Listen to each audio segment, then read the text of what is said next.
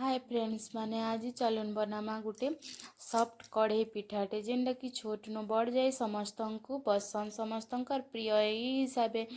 बने करी छुआ नु समस्त को निजर घर परिवार फैमिली लोक को खाइबार के दन बहुत पसंद करबे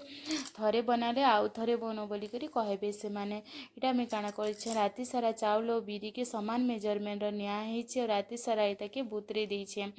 होल नाइट तार माने रखा जेछे जेनटा कि फुली जेछे सकाले तार पर ये भल से धुई धुआ करी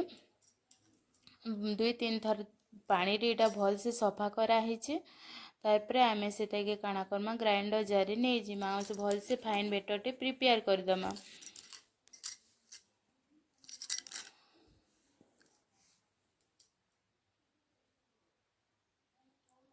कुनीटा के भल कर मुझे धुई देछे भल से सफा कराई तापर एटा ग्राइंडर रे नहीं गली नहीं कर भल से बेटर प्रिपेयर करदमा पानी बेसी दिन देमा पानी बेसी देदेला पानी आई जाए एटा कढ़ई रे जेहेतु बनामा पानी टिके कम दे देमा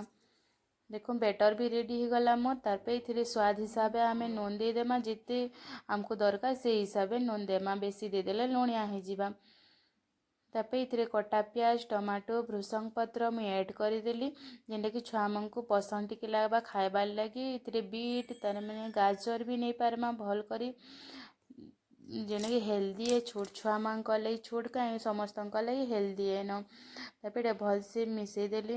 बेटर तापर कढ़ई नहीं गला से कढ़ई रे तेल गरम कर दे सारा पर भल से तेल के सबुआड़े कढ़ई रे टिके भल से फैले देमा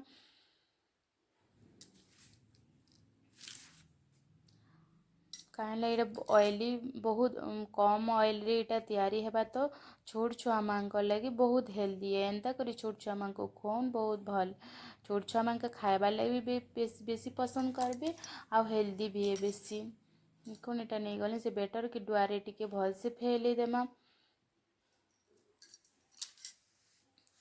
ये सिम रे करमा कहला जी कि जदि आम सिम रे नहीं करमा बेले एटा तार माने पिठाटा तो हो जावा बाकी भीतरटा कच्चा कच्चा रही जावा ये सिम रे ही ताके प्रिपेयर करमा तारपर पिठार लगे पिठारे चटनी नहीं हेले क्या मजा हेतर लगे पिठारे काଣା करमा गोटे चटनी टे बनामा से चटनी होचे टमाटो प्याज आउ अदा लहसुन कच्चा मिर्चा सेटा के भल से भाजी देमा तेले भल से टिके लाल करी सबके भाजी देमा देखुन रेडी हो गला भाजी दे सारा पर ठंडा हो जावा ठंडा हो गले सेटा के ग्राइंडर जार पीसी देमा चकेल टमाटो चकेल और पिठारे तो टमाटो चटनी बेसी पसंद धनिया पत्र भी देदेली से भल से पीसी देमा देखो रेडी हो गला चटनी पिठा लगी तो चटनी रेडी हो गला पिठा भी रेडी हो गला न गोटे साइड रेडी हो जाइए आउ गोटे साइड के आम तबे पहला साइड के आम काଣା करमा टिके तेल दे करी से आर उल्टे देमा